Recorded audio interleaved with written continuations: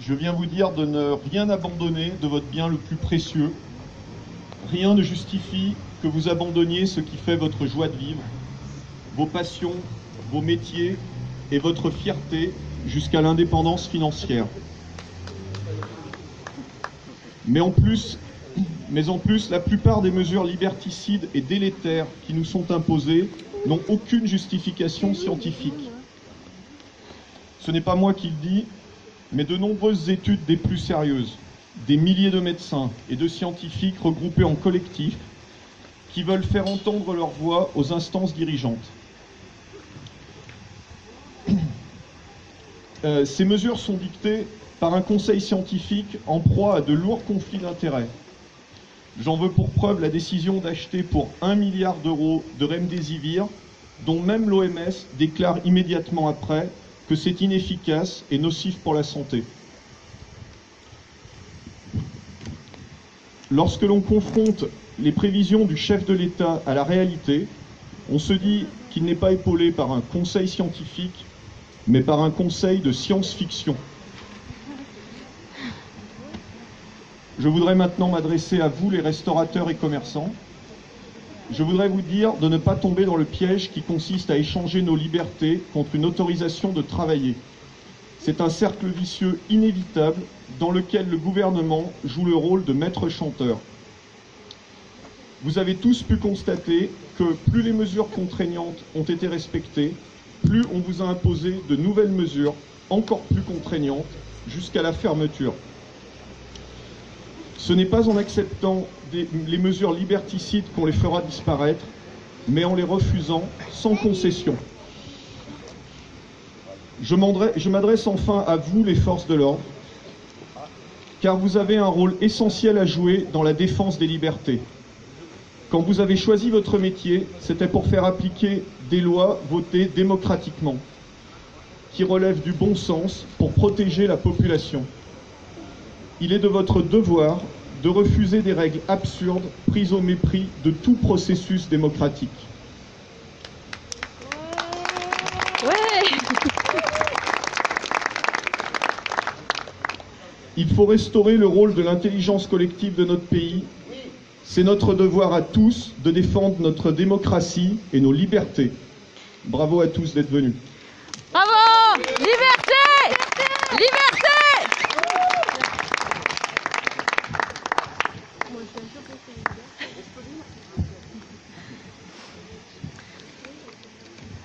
C'est donc ici même, il y a un mois, quasiment jour pour jour, que notre mouvement a commencé. Ici, face à la mairie et face à la gendarmerie. Ici, nous avons posé les bases de nos revendications, que je vais répéter pour tout le monde. Donc le refus de l'état d'urgence sanitaire, le refus du couvre-feu, notamment à Thiers, une bonne blague. On vit tous les jours, le couvre-feu, à partir de 8 h. Le refus du confinement, le refus du port du masque pour les enfants de 6 à 11 ans, le refus de la fermeture des commerces, des salles de sport, des lieux culturels et cultuels, la négociation des protocoles dans tous les secteurs. Et aujourd'hui, l'actualité vient enrichir nos revendications. Nous demandons la suppression de la loi sécurité globale, qui ancrera pour longtemps notre pays dans une délinquance sécuritaire. C'est donc ici, sous les yeux du Jacquemart, que 40 à 50 personnes ont brisé l'interdiction de rassemblement. Ce Jacquemart qui, d'une certaine façon, représente l'âme ouvrière de notre ville. Aujourd'hui, il rythme le temps qui s'écoule. Et il y a un mois, nous voulions que le temps s'écoule, qu'il s'écoule encore plus vite. Certains, dont je fais partie, avaient la hantise du temps qui se fige, qui allait nous éloigner de ceux que nous avons, de ceux qui nous sont chers, nous isoler du monde et de ses plaisirs. Nous nous sommes retrouvés pour continuer à vivre, à exister, pour ne pas suspendre les liens sociaux, tant mis à mal depuis 8 mois. Nous refusons ces mesures disproportionnées et dangereuses sur le long terme pour nos sociétés. Nous avons alerté les élus, tentant désespérément d'être entendus, d'être reçus, pour casser ce silence assourdissant. La lutte est longue. Certains nous ont quittés et d'autres arrivent. Notre groupe, très disparate, a su s'équilibrer, fusionner. afin que cette mosaïque humaine devienne une arme. Alors oui, nous sommes sortis, oui, nous nous sommes réunis, oui, nous avons désobéi, et cela sans aucun regret, avec la même hargne si c'était à refaire aujourd'hui. Et ce sera peut-être à refaire d'ailleurs. Il parle de troisième vague, il parle de vaccins obligatoires, de traçage, de masques pour les 6-11 ans, de donner encore plus de pouvoir aux forces de l'ordre.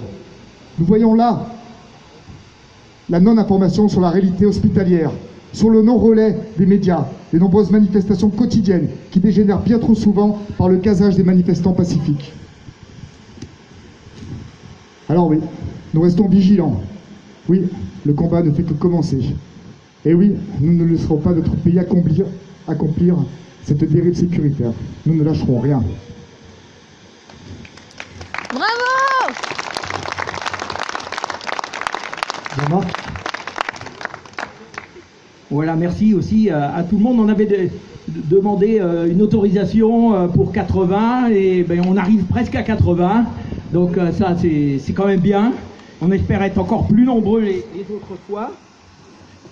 Moi, je vais vous lire une poésie d'un monsieur qui s'appelle Paul Éluard. Il l'a écrit en 1942 et c'est dans un contexte bien particulier.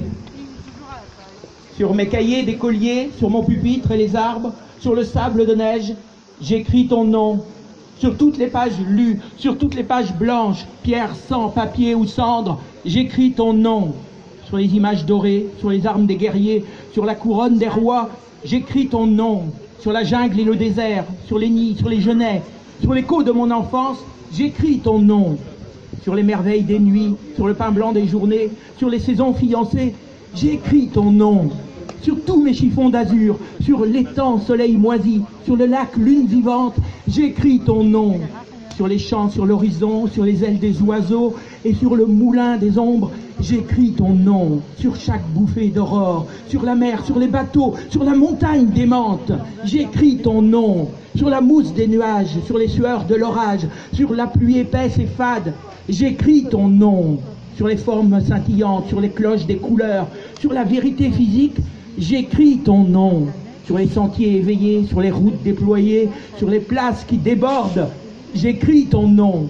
Sur la lampe qui s'allume, sur la lampe qui s'éteint, sur mes raisons réunies, j'écris ton nom. Sur le fruit coupé en deux du miroir et de ma chambre, sur mon lit coquille vide, j'écris ton nom. Sur mon chien gourmand et tendre, sur ses oreilles dressées, sur sa patte maladroite, j'écris ton nom. Sur le tremplin de ma porte, sur les objets familiers, sur le flot du feu béni, j'écris ton nom. Sur toute chair et corps accordée, sur le front de mes amis, sur chaque main qui se tend, j'écris ton nom. Sur la vitre des surprises, sur les lèvres attendries, bien au-dessus du silence, j'écris ton nom. Sur mes refuges détruits, sur mes phares écroulés, sur les murs de mon ennui, j'écris ton nom. Sur l'absence sans désir, sur la solitude nue, sur les marches de la mort, j'écris ton nom. Sur la santé revenue, sur le risque disparu, sur l'espoir sans souvenir, j'écris ton nom. Et par le pouvoir d'un mot, je recommence ma vie. Je suis né pour te connaître, pour te nommer. Liberté! Liberté! Liberté! Liberté! Liberté! Liberté!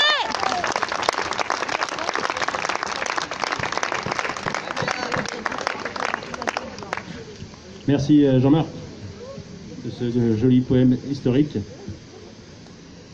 Alors j'ai écrit une bricole moi aussi. Aujourd'hui, en 2020, nous perdons vraiment l'état de droit qu'il a fallu 200 ans à construire. La République prend cher. La faute à un virus, mais surtout, la faute à l'effroi qui a saisi les dirigeants et les peuples du monde entier. Je me rappelle ce premier confinement qui paraissait comme la fin du monde. Cette peur d'un virus qui peut toucher tout le monde, mais qui, d'après l'INSEE aujourd'hui, ne tue réellement que nos anciens, nos aînés. Oui, la moyenne d'âge des décès est de plus de 80 ans, soit le niveau d'espérance de vie habituel. Dire ça n'est pas complotiste, c'est un fait. La plupart des élites ont des traitements, de Trump à Tebboune, le président algérien, alors que le peuple, lui, n'a droit qu'à du paracétamol, de la ventilation et de la distance sociale. C'est un scandale. Pour la première fois de l'histoire, et peut-être de l'humanité. Des médecins n'ont pu soigner les patients durant la dite première vague, et encore aujourd'hui. Ce point est d'ailleurs à l'origine d'un manifeste de centaines de médecins professionnels de santé, associations et collectifs signataires, le manifeste Liberté. Par cet acte, ils souhaitent juste pouvoir faire respecter leur serment, le fameux serment d'Hippocrate, qui date de la Grèce antique, fondateur de la médecine moderne et de la République. Soit ils veulent soigner leurs patients en âme et conscience. Alors que des dizaines de vaccins voient le jour aujourd'hui, certains même issus d'une nouvelle technologie, les vaccins à ARN messager. Des millions d'argent public sont engagés pour ça, et toujours officiellement, pas de traitement ni de médicaments. C'est honteux. Dire ça n'est pas complotiste, c'est un fait. D'ailleurs, plus personne ne se soucie de comment est né ce virus, alors que c'est une question fondamentale pour prévenir ce genre d'épidémie. Les mesures générales renforcent la pression sur nos services publics et administrations, déjà fragilisés.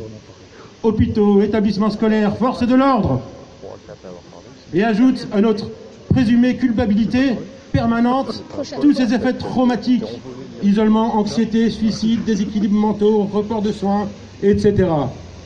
La solution qui nous est proposée aujourd'hui par nos dirigeants est d'ordre sécuritaire.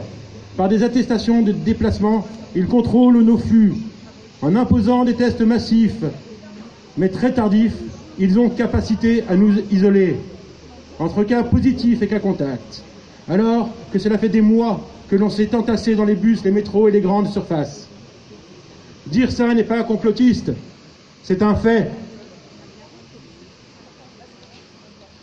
Je me souviens de ce premier confinement, où je me réjouissais de la fin d'un monde, où j'entendais les oiseaux chanter. Voyant les rues désertées, je me disais, se pourrait-il que demain, l'humanité comprenne que nous devons changer le monde, nous tous, toutes, ici et maintenant, à chaque instant que la vie nous offre. Dire tout ça n'est pas complotiste, c'est juste du bon sens. Je vous le dis, frères et sœurs en humanité, n'ayez pas peur, soignez-vous, aidons-nous les uns les autres. Nous finirons tous un jour par mourir. À chaque jour suffit sa peine, à chaque jour son bonheur. Ne laissons pas la place à la haine, même vis-à-vis de ceux qui s'égarent et nous égarent. Mais laissons la place à l'amour, la fraternité, bastion républicain qui nous incombe de fait. Après la nuit vient le jour. C'est à nous, ici et maintenant, de construire le monde que nous souhaitons. Et c'est pourquoi je vous le dis, merci pour la paix et l'amour, frères et sœurs en humanité. Aimons-nous, aidons-nous. En tout cas, moi, je vous aime.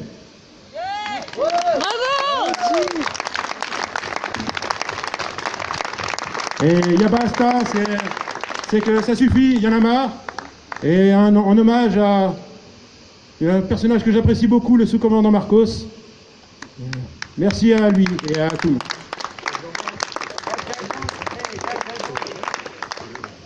Est-ce qu'il y a d'autres personnes qui veulent intervenir? Julien? Voilà, Anne.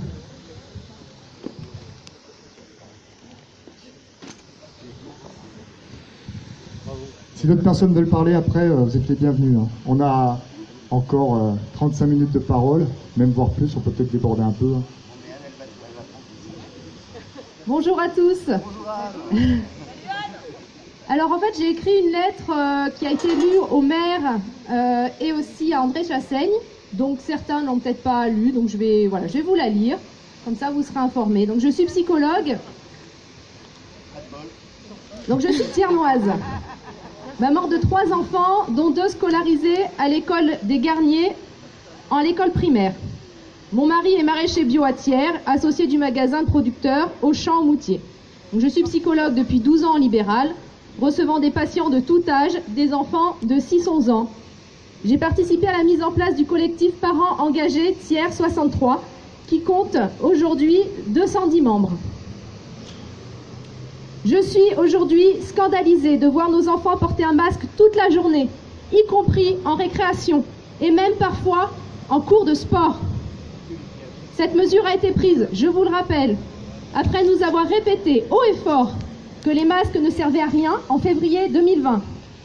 Mais également lorsque le Haut Conseil de la Santé publique souligne dans son avis du 17 septembre 2020 que les jeunes enfants sont peu à risque de formes graves et peu actifs dans la chaîne de transmission du SARS-CoV-2.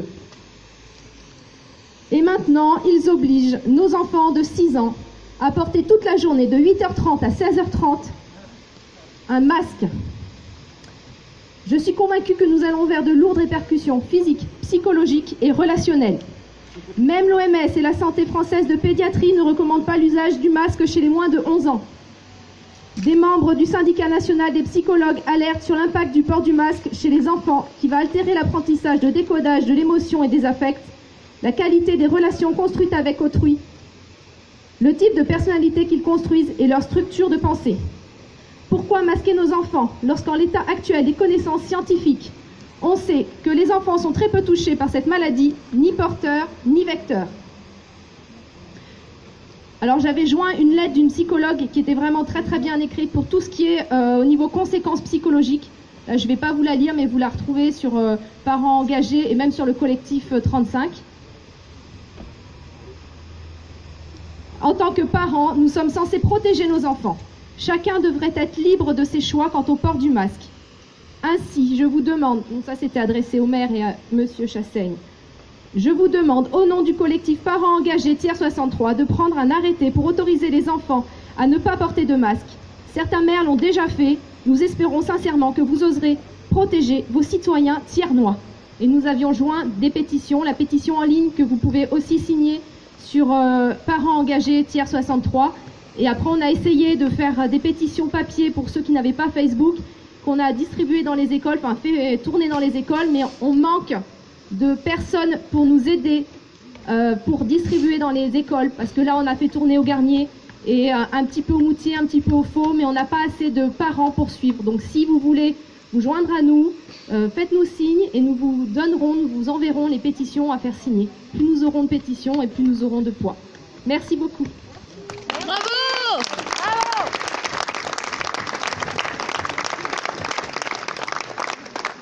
Est-ce qu'il y a d'autres volontaires pour venir partager une expérience, un poème, une chanson? Non? Personne? Il y a 2 semaines, quand on a fait, c'était il y a 2 semaines la marche, hein, il me semble. Quand on a fait la marche, il y a eu beaucoup de gendarmes pour nous encadrer, pour notre sécurité, merci à vous. Hein. Mais il y a eu aussi une contravention qui a été donnée à une dame qui était venue pour manifester. Et donc en fait on a décidé par solidarité pour elle, parce que si ça nous arrivait à tout un chacun, ça serait relativement dur peut-être. Hein. Donc on a décidé de faire une caisse pour lui envoyer une participation. Donc s'il y en a qui veulent participer, c'est le bienvenu. Là on a récupéré un petit peu d'argent pour elle et voilà. C'était une contravention parce qu'elle n'était pas d'ici et elle n'avait pas son masque. Elle ne savait pas que le périmètre était en zone de masque. Réaction 19, elle fait 10 € et Disons que dans une vraie réaction d'une société équilibrée, les forces de l'ordre auraient dit « Madame, s'il vous plaît, vous mettez votre masque, c'est un endroit où on porte le masque ». Et ils n'auraient pas mis de contravention à une personne qui a 3 enfants, qui vient de se retrouver au chômage et qui doit payer 135 €. C'est surtout ça qui aurait dû se passer, quoi. Allez. Oui, oui. C'est bon, après ça suffit, Seb. C'est bon, mais ça suffit. Voilà, donc c'était le dernier truc. Hein. Quelqu'un veut parler encore? Marcelin, non? Tu veux pas nous faire part d'éléments supplémentaires? Parfait. Voilà. Et en tout cas, on vous remercie tous d'être venus. Ça continue. On va voir ce qui va se passer dans les jours à venir, parce qu'il y a des mobilisations partout en France. Il y a énormément de personnes dans les rues. Il y a énormément de répression policière. On est dans une époque très critique. Et on va pouvoir apprécier comment va répondre le gouvernement et le chef d'État. En tout cas, merci à vous tous. Et puis on continue, on se tient au courant. Si vous voulez des infos, il y a article 35. Viens proposer ce que tu veux. Ah moi je te réponds. Parle des actions, non mais vas-y sur ce qu'on a. Je suis pas le seul à te dire. Je parle pas d'action, moi, quand je dis qu'est-ce qu'on propose. Je parle pas d'action à mener en direction des élus ou en manifestation. Je parle comment on change tout ça concrètement. Vas-y. Comment on la change, cette chose-là? Ce qui nous arrive là, on le subit. On sait depuis bien longtemps que la République existe, que c'est une République excluante.